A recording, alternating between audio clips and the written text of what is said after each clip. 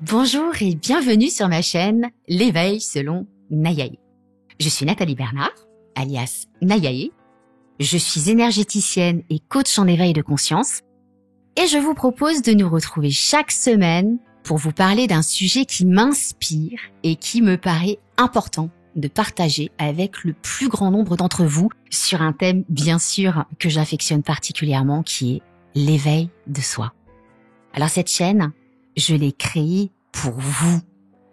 L'objectif, il est simple, c'est vous aider en ces temps qui nous bousculent tous à vous sentir mieux dans votre vie, plus en phase avec vous-même et avec les autres, en vous proposant des petites astuces simples à mettre en place au quotidien, que j'ai testé moi-même d'ailleurs tout au long de mon cheminement personnel, ce que j'aime à appeler une petite boîte à outils. Mon but, c'est clairement que vous vous sentiez bien dans vos baskets. Je suis ravie de vous retrouver aujourd'hui pour ce dernier épisode de la saga sur les chakras pour vous parler du 7e chakra, le chakra couronne. Avant de vous installer confortablement, je vous invite à vous abonner à ma chaîne si ce n'est pas encore fait, puis à cliquer sur la petite cloche à côté du bouton s'abonner, puis sur la petite cloche noire, ce qui vous permettra de recevoir une notification à chaque sortie d'un nouveau post. Un grand merci par avance pour votre soutien. Le chakra couronne, que l'on appelle aussi chakra coronal ou Sahasrara, en sanskrit, c'est pas facile à dire, est situé au sommet du crâne. Alors, il a plusieurs couleurs qui lui sont associées, le violet, mais également le blanc ou le doré. Donc, à vous de voir celle finalement qui vous parle le plus. Ce chakra est associé à la conscience pure, à l'illumination et à la transcendance, et il est considéré comme l'ouverture vers les dimensions spirituelles supérieures. Il est le symbole de l'éveil spirituel et de la connexion avec l'au-delà. Ce chakra apporte véritablement une très grande sagesse, une intuition particulièrement développée, un sentiment de calme intérieur et de clarté mentale. L'action qui le définit est « je comprends ». Le chakra couronne est considéré comme les chakras de la lumière intérieure, la porte d'entrée des énergies célestes. On peut le voir comme une antenne de réception. Avoir un chakra coronal harmonieux nécessite vraiment d'avoir fait en amont un grand travail sur soi et d'être ouvert à la spiritualité. Son activation nécessite plus d'attention et de temps que les autres chakras, car il dépend vraiment du niveau d'ouverture spirituelle d'une personne. Il amène à un état de conscience suprême qui exige une maturité suffisante pour l'intégrer et le maîtriser. Donc vous l'aurez certainement compris, quand ce chakra est équilibré, eh bien nous sommes alignés et totalement conscients de qui nous sommes et de tout ce qui nous entoure.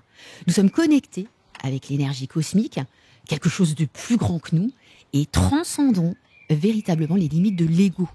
Nous sommes simplement dans un état de paix intérieure, profond, et avons une entière capacité à percevoir la beauté et l'harmonie dans le monde qui nous entoure.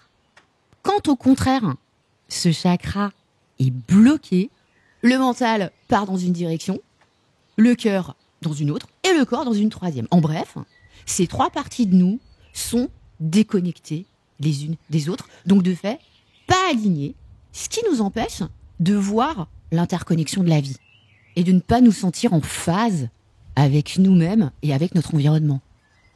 Donc quand l'énergie du chakra couronne est déficiente, eh bien on est athée, donc sceptique et méfiant à l'égard de toute forme de spiritualité ou de croyance. En fait, on ne croit en rien d'autre que ce que nos sens perçoivent et ce que notre mental comprend. On est véritablement dépendant des biens matériels, égocentrique et souvent cupide. La motivation et l'inspiration disparaissent. On a besoin de se sentir indispensable et d'attirer coûte que coûte l'attention en permanence sur nous. On devient de mauvaise foi, car notre ego prend le pouvoir sur notre vie et nous empêche de voir la vérité en face. En fait, c'est typiquement le profil des personnes qui ne se remettent jamais en question et se positionnent en permanence en tant que victime. En fait, c'est toujours de la faute des autres. Et quand au contraire, l'énergie de ce chakra est excessive, eh bien on se renferme totalement dans des croyances religieuses ou spirituelles qui vont très vite régir notre vie et nous couper de notre vérité, de notre identité. On se déconnecte de la réalité et on ne pense plus par soi-même, ce qui nous amène à nous sentir exclus par le monde. En fait, on est dans un épais brouillard mental, tout devient confus. Et puis on se détache littéralement des plaisirs physiques, mais aussi des biens matériels, ce qui peut entraîner un sentiment fort de frustration. Et puis un dérèglement de ce chakra peut malheureusement mener à la dépression ou carrément à des idées suicidaires, voire à la folie. Alors ça donne quoi un chakra couronne déséquilibré d'un point de vue physique? Eh bien ce chakra a un rôle primordial dans la circulation de l'énergie dans notre corps, vous l'aurez compris. Donc ce chakra gouverne une partie du cerveau, la glande pinale et l'épiphyse. Son déséquilibre peut donc engendrer non seulement des insomnies et des migraines chroniques, mais également des pertes de mémoire importantes, des maladies dites psychiatriques et une paralysie ou des maladies qui affectent les muscles et les nerfs, telles que la sclérose en plaques, par exemple. Alors, quelles sont les raisons pour lesquelles un chakra couronne se déséquilibre? Eh bien, c'est avant tout le signe d'un déséquilibre global de tous les autres chakras, on ne va pas se mentir. Mais cela arrive aussi toujours lié à l'enfance. Je pense que vous avez remarqué que dans toutes mes présentations, quand on parle du déséquilibre d'un chakra, c'est souvent lié à l'enfance. Eh bien, quand on a grandi dans un univers où le scepticisme excessif et le matérialisme prenaient, ou au contraire, quand on a évolué dans un milieu où les pratiques spirituelles ou religieuses étaient omniprésentes dans notre quotidien, oppressantes ou culpabilisantes. Cela peut aussi découler d'expériences traumatisantes liées à des abus en lien avec des membres religieux ou des dirigeants de sectes, par exemple, ce qu'on appelle plus communément des gourous. Ça a plutôt une connotation un petit peu négative. Par exemple, de la tromperie, de l'escroquerie ou des abus tout simplement psychologiques, physiques ou sexuels. Donc en fait, vous l'aurez compris, c'est vraiment quand on s'est senti trahi. On a cru très fort en quelque chose, en quelqu'un qui représentait une référence, un symbole très très fort d'un niveau spirituel. On avait des croyances très profondes et cette personne en fait nous a totalement abusés. Donc notre monde finalement s'écroule. On est complètement déphasé et on perd tout simplement nos repères. On en arrive à cette partie que j'affectionne particulièrement, qui est les trucs et astuces ou la petite boîte à outils. Cette rubrique va être très particulière pour ce chakra couronne, tout simplement parce que, comme pour le chakra du troisième œil, son équilibre dépend vraiment de notre niveau de spiritualité, de notre foi en l'univers, et est le fruit d'un profond travail sur soi et qui demande beaucoup de patience.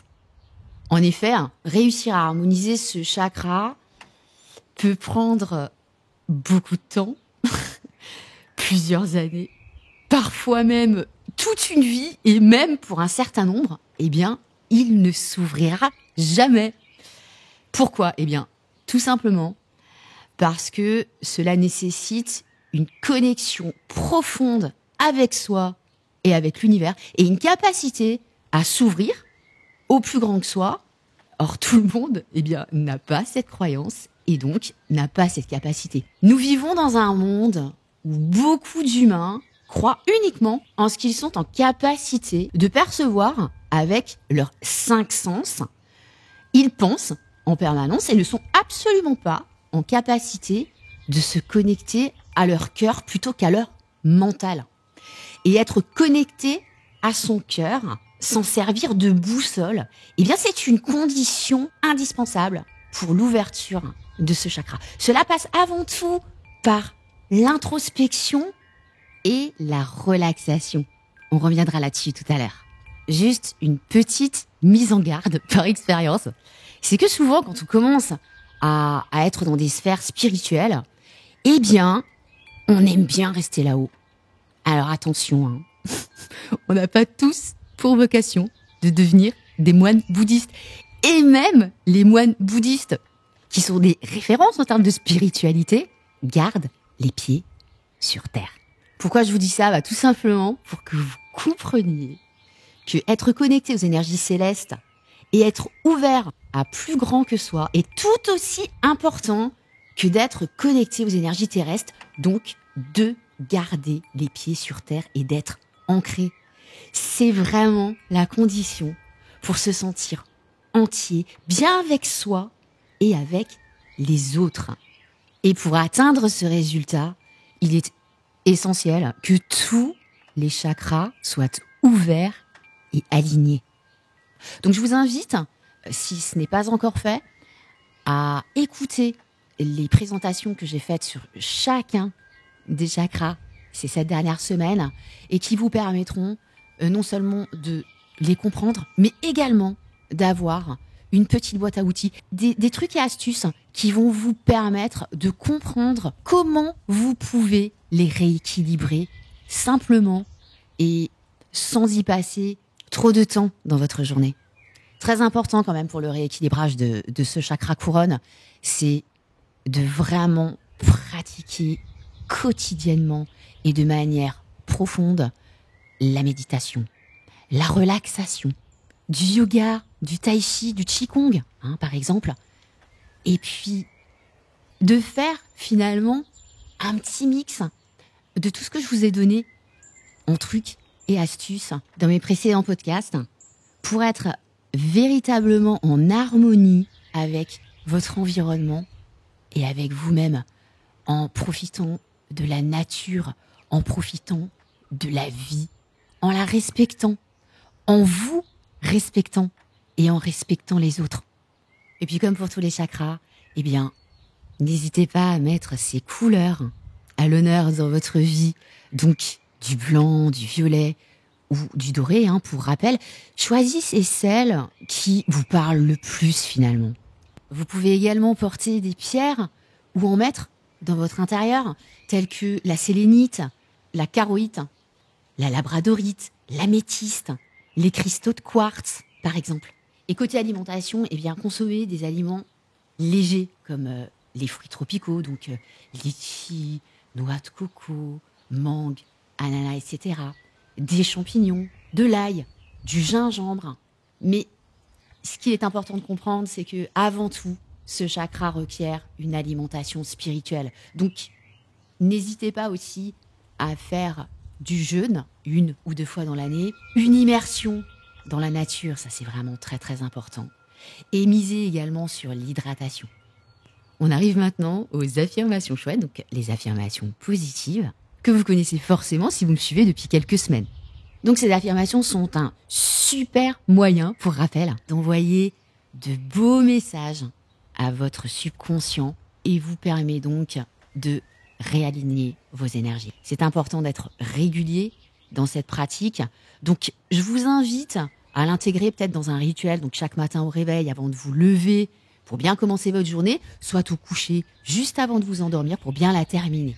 Vous allez voir que de ne prendre juste que cette petite minute, 1 ou 2, voire 3 fois par jour, pour réaligner un petit peu vos énergies et pour envoyer un chouette message à votre cerveau, eh bien, ça va vous mettre de bonne humeur. Si vous pouvez consacrer un petit peu plus de temps à cet exercice, eh bien, je vous invite à écouter les différentes séances d'affirmations chouettes que j'ai couplées à une séance de cohérence cardiaque. Et si vous n'avez pas envie de faire la séance de cohérence cardiaque, vous pourrez passer directement sur la séance d'affirmation chouette en cliquant sur le lien correspondant dans ma description. Donc, je vais vous proposer quelques phrases et je vous invite à choisir celle qui vous parle le plus et de là où les répéter en vous concentrant vraiment sur son sens, au moins 10 fois à haute voix ou dans votre tête, c'est pareil, 1 fois par jour. On y va. Je vois la lumière divine en chacun de nous. Je suis connectée à la sagesse de l'univers. J'élève mon niveau de conscience chaque jour. tout fonctionne pour mon plus grand bien. Mes pensées et mes sentiments ont le pouvoir de se manifester. On va finir par une posture de yoga qui est super simple à réaliser et qui s'appelle la posture du cadavre ou Shavasana. Vous allongez au sol, bras et jambes légèrement écartés, et vous restez dans cette position pendant au moins 2 à 3 minutes en relâchant totalement votre corps et votre esprit et en vous concentrant sur votre respiration qui va être calme et profonde. Alors bien sûr, je pense que vous l'aurez compris, cette position, elle est super facile à intégrer dans votre journée puisque vous pouvez la faire le matin au réveil avant de vous lever ou le soir au coucher avant de vous endormir. Et voilà, c'est fini, non seulement pour aujourd'hui, mais c'était la dernière présentation du dernier chakra. Donc ça va vraiment mettre un point final, ça me fait quelque chose d'ailleurs, à cette saga que je vous présente depuis toutes ces semaines sur ce sujet passionnant. Comme d'habitude, merci de me laisser un like si vous avez apprécié cette présentation et ou de me laisser un commentaire pour me donner un petit peu vos impressions, pour me dire un petit peu si vous avez envie que j'aborde un autre thème qui vous intéresse particulièrement. Voilà, lâchez-vous et communiquez avec moi. Alors la semaine prochaine, il n'y aura pas de présentation sur un sujet particulier. Par contre, je suis en train de vous préparer quelque chose qui devrait vous plaire. Vous m'en direz des nouvelles. En attendant, très belle journée et prenez soin de vous. Bye bye.